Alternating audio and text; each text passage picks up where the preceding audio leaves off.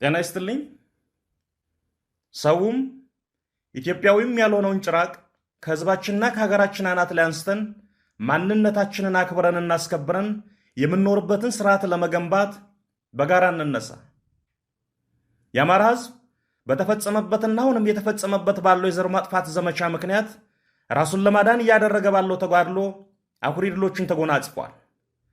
ሊያጠፉት እስከ አፍንጫቸው ታጥቆ የመጡትን ጠላቶቹን በታላቅ ወኔና ጀግንነት እየተፋለመ በያሉበት እየደመሰሰ ራሱን እያደራጀ ከጠላት የማረከውን እየታጠቀ ህልውናውን ለማስከበርና የወደፊቱን የኢትዮጵያ ሁኔታ ከሌሎች ኢትዮጵያውያን ወገኖች ጋር በመተባበር በጋራ ለመወሰን ትግሉን አጠናክሮ ቀጥሏል።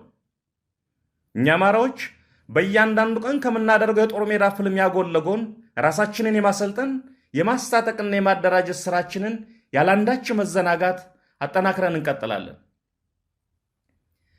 አደረጃጀቶቻችንም የተናበበና የተቀነባበረ አመራር ለመስጠት በሚያስችለን መልኩ ለማሰባሰብ የምናደርገውን ጥረት በጥሩ መንገድ በትጋት እየሰራን ነው።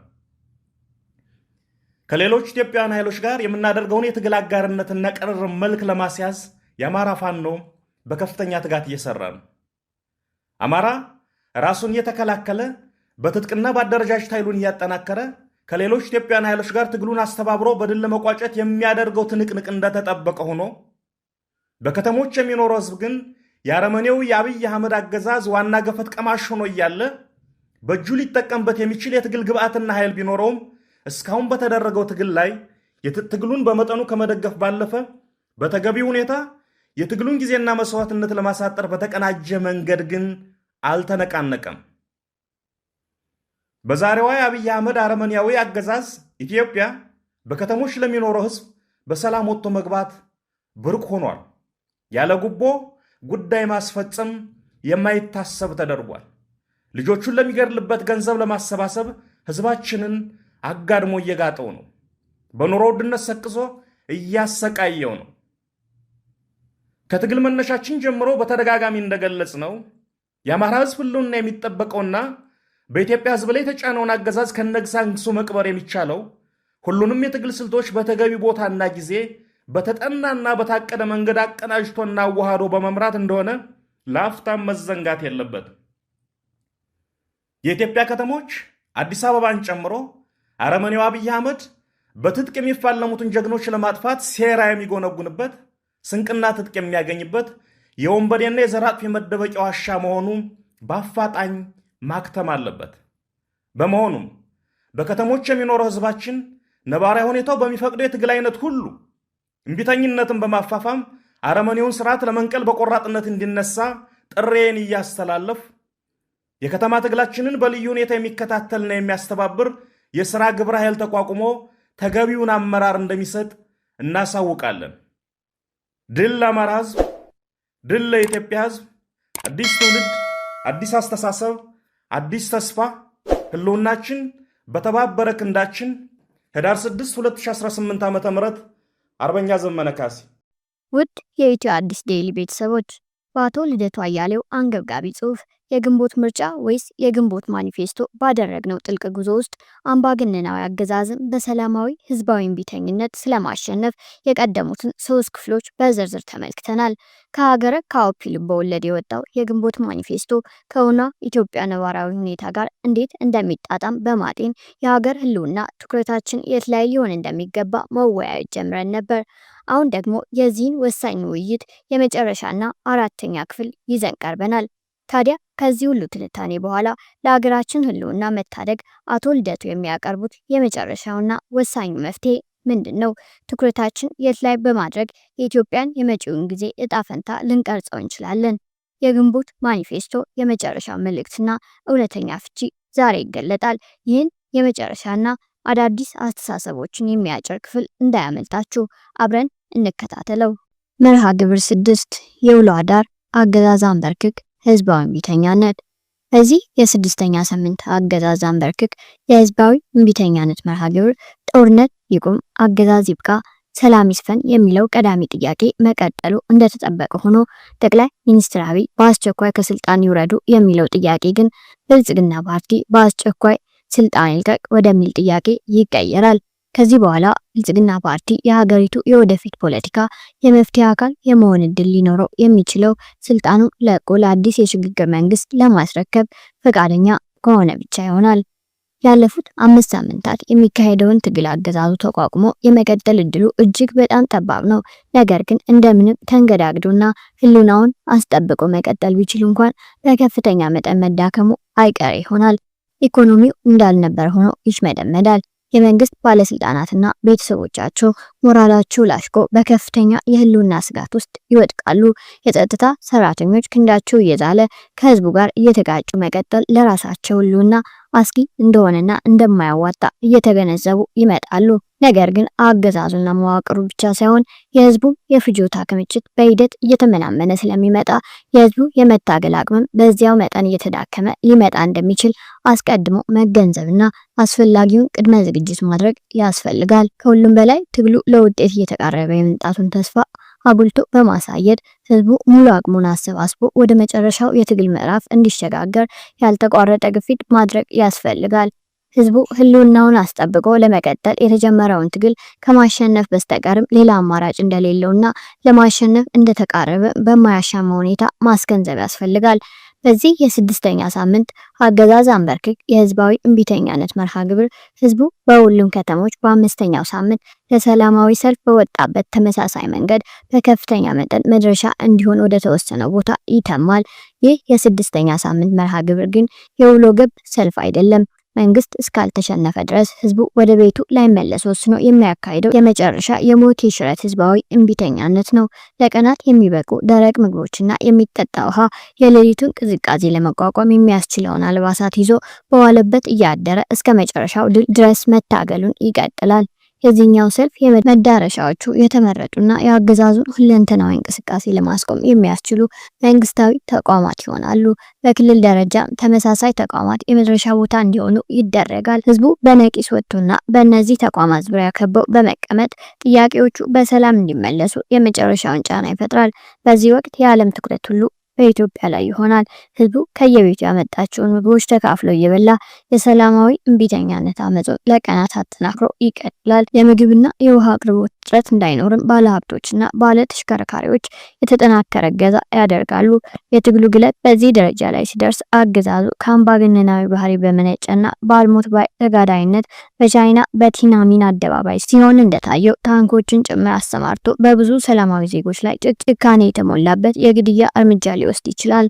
አገዛዙ እንዲህ ያለ የጭካኔ እርምጃ መውሰድ ሲጀምር መሸነፉን አውቆ የመጨረሻ እድሉን እየሞከረ እንደሆነና ብዙ ህዝብ እየገደለ የመቀጠል አቅም እንደማይኖረው መገንዘብ ያስፈልጋል። በመቶዎች የሚቆጠሩ ሰልፈኞች ቢገደል እንኳን እየተካሄደ ያለው ትግል ሚሊዮኖች በጦርነት እንዳያልቁና ሀገር እንዳይፈርስ ለማድረግ መሆኑን በመገንዘብ የሚከፈለውን መስዋዕትነት በጸጋና በጽናት መቀበል ያስፈልጋል። አገዛዙ እንዲህ አይነት ወንጀል በዜጎች ላይ መፈጸም ከጀመረ በኋላ በህዝቡ ዘንድ እንደ አንድ ወንጀለኛና ዘር ጨራሽ አገዛዝ ተደርጎ ይፈረጃል።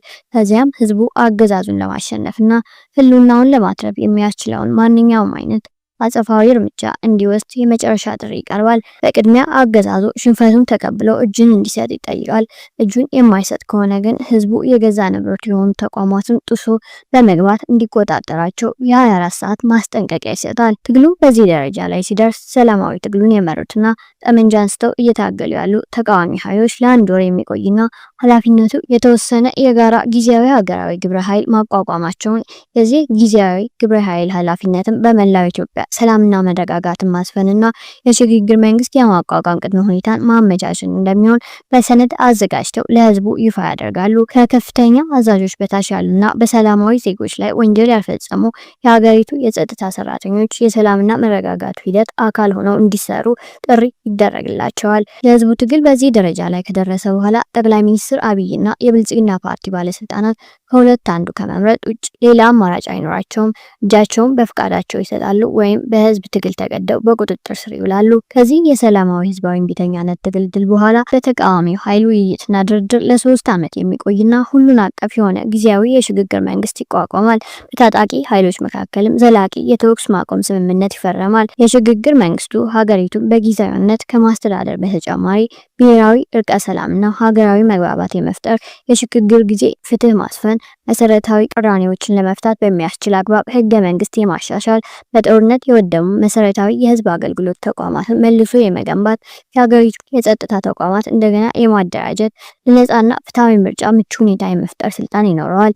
የሽግግር መንግስቱ መስራች የሆኑት ኃይሎች መለስተኛ የፖለቲካ ቅራኔዎችን በመካከላቸው በሚካሄድ ሀቀኛ የውይይትና የድርድር ሂደት፣ ከፍተኛ የሚባሉ ቅራኔዎችን ደግሞ የሀገሩ ዋና ባለቤት በሆነው በህዝቡ የምርጫ ካርድና በህዝበ ውሳኔ ለመወሰንና የውሳኔውን ውጤት በጸጋ ለመቀበል አስቀድሞ መስማማት ይኖርባቸዋል። የጥቅም ግጭትን ለማስወገድ እንዲረዳም የሽግግር መንግስቱ ፕሬዝዳንት ሆኖ የሚመረጠው ሰው ለቋሚ መንግስት በሚካሄደው ሀገራዊ ምርጫ የማይወዳደር እንዲሆን ይደረጋል።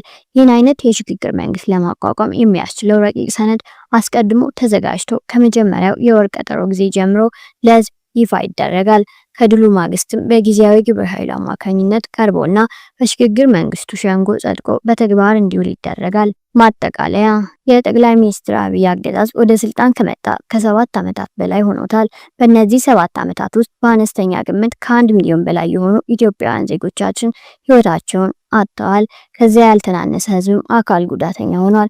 ከ3 ሚሊዮን በላይ የሚገመት ህዝብ ከመኖሪያ አካባቢው እየተፈናቀለ ለስደት ተዳርጓል። በመቶ ሺዎች የሚቆጠሩ ሴቶቻችን ተደፍረዋል። በብዙ ቢሊዮኖች የሚገመት የሀገሪቱ ሀብትና ንብረት ወድመዋል። በብዙ ሚሊዮን የሚቆጠሩ ህጻናት ከትምህርት ገበታ ውጭ ሆነዋል።